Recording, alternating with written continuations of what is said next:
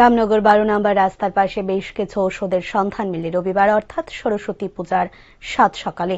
এ বিষয়ে এলাকাবাসীরা জানায় কে বা কারাই ঘটনাটি করেছে তা এখনো জানা যায়নি। তবে প্রত্যেকটা ওষুধের মেয়াদ উত্তীর্ণ হয়েছে 2রা ফেব্রুয়ারি অর্থাৎ রবিবার। হয়তোবা এই জন্যই এখানে ফেলে রাখা হয়েছে। তাছাড়া অভিমত রাজনৈতিক কোনো রং লাগানোর জন্য বা শাসক দলের কর্মকাণ্ডকে কালিমালিপ্ত করার লক্ষ্যমাত্রা নিয়ে সমস্ত করা হচ্ছে।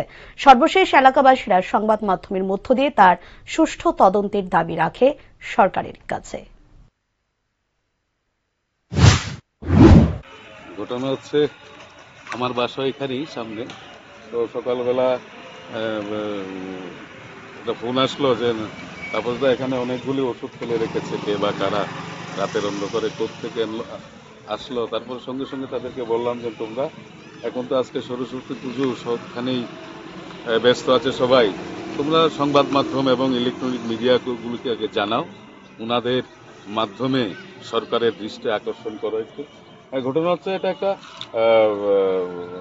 হতে পারে কোনো রাজনৈতিক একটা রং থাকতে পারে এটাতে, কারণ যেখানে দাঁড়িয়ে আমাদের রাজ্যের সকলের প্রিয় মুখ্যমন্ত্রী প্রফেসর ডাক্তার মানিক সাহাজি রাজ্যের স্বাস্থ্য পরিষেবার উন্নয়নের জন্য দিবারাত্র কাজ করে যাচ্ছেন। উনি শুধু মুখ্যমন্ত্রী নন, উনি এই রাজ্যের একজন প্রখ্যাত চিকিৎসকও বটে। তাই উনি চেষ্টা করছেন গরিব থেকে গরিব আমার এই রাজ্যের সমস্ত মানুষ যাতে স্বাস্থ্য পরিষেবায় কোনো রকম ঘাটতি না হয় সেদিকটা লক্ষ্য রাখছেন। বিভিন্ন সাবসেন্টারগুলিতে, হেলথ সাবসেন্টারগুলিতে এবং বিনামূল্যে ওষুধ দেওয়া। যেমন আমাদের সামনে একটা 9 নম্বর সাবসেন্টার রয়েছে রামনগর 9-এ, সেখানে হোমিওপ্যাথিক চিকিৎসা হয়, এলোপ্যাথিক চিকিৎসা হয়, আয়ুর্বেদিক চিকিৎসা হয় এবং এখানকার মানুষরা প্রতিনিয়ত এখানতে ভালো পরিষেবা পাচ্ছেন, প্রতিদিন বিনামূল্যে ওষুধ পাচ্ছেন। কিন্তু কি কারণে এই ওষুধগুলি কে বা কারা কোত্থেকে এগুলি ফেলা হলো এটা আমরা কিছুই জানি না। তো আমরা আপনাদের মাধ্যমে সরকারের এবং স্বাস্থ্য অধিকর্তার কাছে এই আওয়াজটুকু পৌঁছাতে চাই, এটার একটা সুষ্ঠু তদন্ত হোক।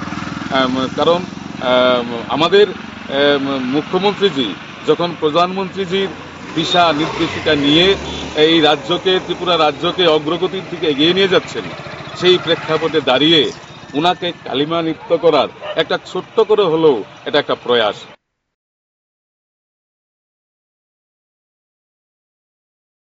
সরস্বতী পূজার দিন গোকুলনগর টিএসআর ক্যাম্প এলাকায় 2টি বাইকের সংঘর্ষে আহত হয় 3 জন। ঘটনা রবিবার দুপুরে। আহতরা হল দিবাকর সরকার, অভিষেক নন্দী, অমিত সরকার। এ বিষয়ে বিস্তারিত জানাতে গিয়ে একজন ফায়ার সার্ভিসের কর্মী জানায় তাদের কাছে খবর আসে বিশালগড় টিএসআর ক্যাম্পের সন্নিকটে এক সড়ক দুর্ঘটনা সংঘটিত হয়।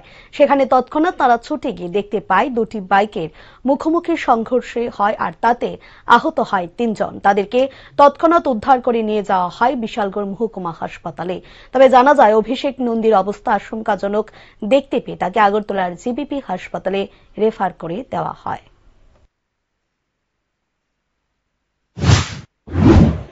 আমাদের অফিসে একটা খবর আসলো বিশালগড় টিএসআর ক্যাম্পের এনে অ্যাক্সিডেন্ট হয়েছে। গিয়ে দেখলাম 2টা আমার বাইকের মুখামুখি সংঘর্ষ হয়েছে, 3 জন লোক অসুস্থ হয়েছে। তো তাদেরকে আমরা রেস্কিউ করে বিশালগড় গভর্নমেন্ট একজন নাম পাওয়া গেছে। একজন নাম দিবাকর সরকার, আরেকজনের নাম হলো অভিষেক নন্দী, আর একজন হলো অমিত কর। বাড়ির এটা আছে মোটামুটি আমার ডাক্তার। তারা কই যেতে ছিল পূজাতে নাকি এটা জানি না।